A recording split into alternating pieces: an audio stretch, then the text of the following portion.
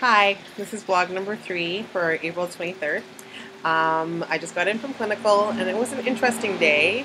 I saw something that I've never really seen before. We had a small child about the age of 3 or 4 who had a swollen index finger, and Nurse Harris had quizzed me and asked me what I thought it was, and I assumed that it would be something related to edema, and she told me no.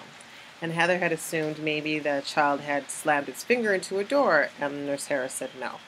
In the end, she taught us it was something called dactylitis.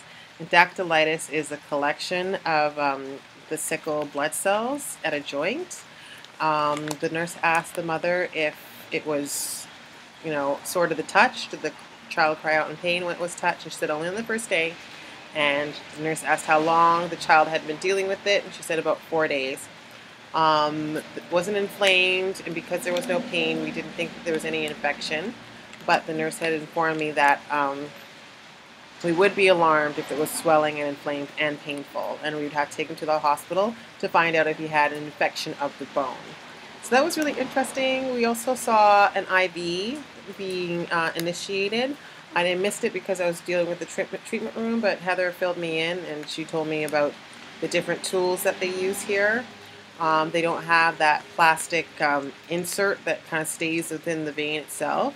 Instead they have a needle that kind of goes in, and then I don't know what the aftermath is, but it was different. So that was interesting to see.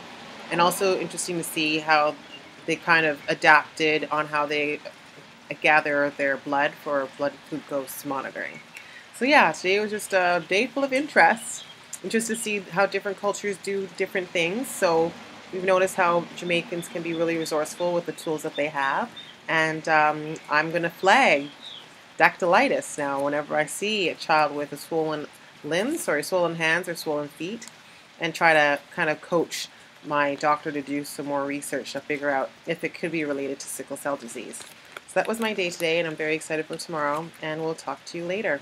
Have a good one. Bye.